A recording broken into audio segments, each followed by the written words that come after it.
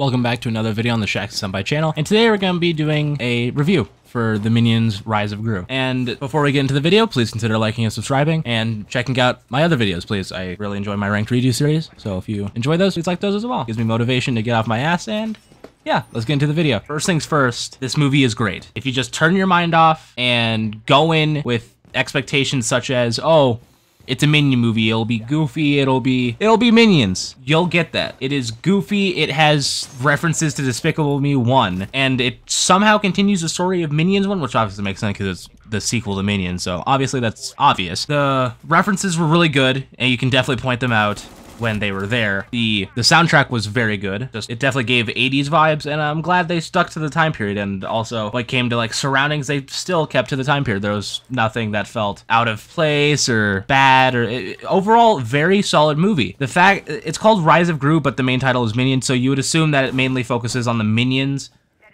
and Gru as a side plot. But overall, it's really 50-50. They somehow balance the Minions and Gru perfectly. The Minion story is interesting. They have two different Minion stories, and then they have the Gru story. And I really like the Gru story, but that's mainly just because I really like seeing Gru do evil shit. He doesn't do that much evil shit because it's his origin, kinda. It's just how he gained some of the knowledge and gadgets from in Despicable Me 1. And it shows the origin for his ship, especially in the post-credit scene. That's really cool. His gadgets. This might be a spoiler, but there is a Dr. Nefario cameo, and that cameo was fucking amazing. I was better than No Way Home. I never watched fucking Tobey Maguire or Andrew Garfield, so seeing Dr. Nefario, that was a banger, because I love Despicable Me 1, so absolute banger. And the Minion side, it's interesting because they try and go rescue Gru because Gru gets kidnapped, because, you know, he's Gru, of course he's gonna get kidnapped. And from where it goes after he gets kidnapped, it's kind of just split. That's where it splits 50-50. You follow the Minions and you follow Gru. You see what's happening to Gru because he got kidnapped, and you also see what's happening with the Minions that are trying to find him. They go on this adventure. I don't know how they figured out where Gru was. I honestly don't remember that. My movie was shut off after I walked into the theater. The Gru story, it focuses on Gru and this original villain called Wild Knuckles, I think his name was. I really liked him. He was very entertaining to watch. He showed Gru the ropes.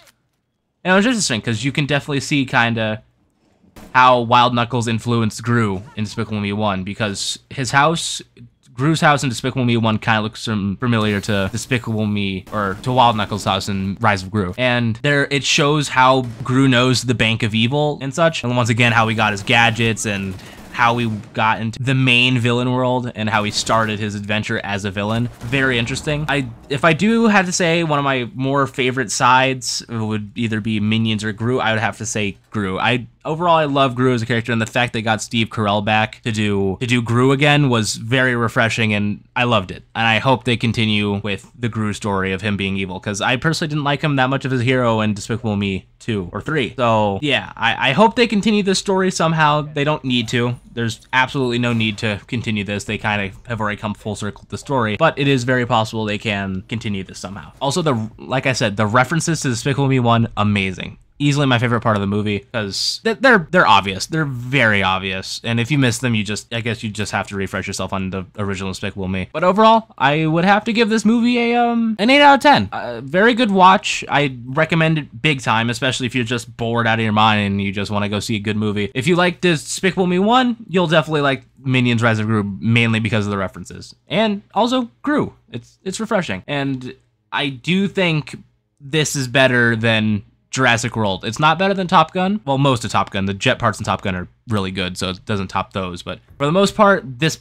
movie is better than everything I've seen this year. I preferred it over Multiverse of Madness, so that says something, I guess. But a lot of people like Multiverse of Madness, so I might be the odd one out for that. But anyways, that's going to be the end of the video. And if you made it this far, please consider watching my other videos, and maybe even liking and subscribing. And if you do like this content, please make a comment about what you would like to see my channel do, because I can do more reviews. I've seen a lot of movies. That's really all I do in life right now. So anyways, peace.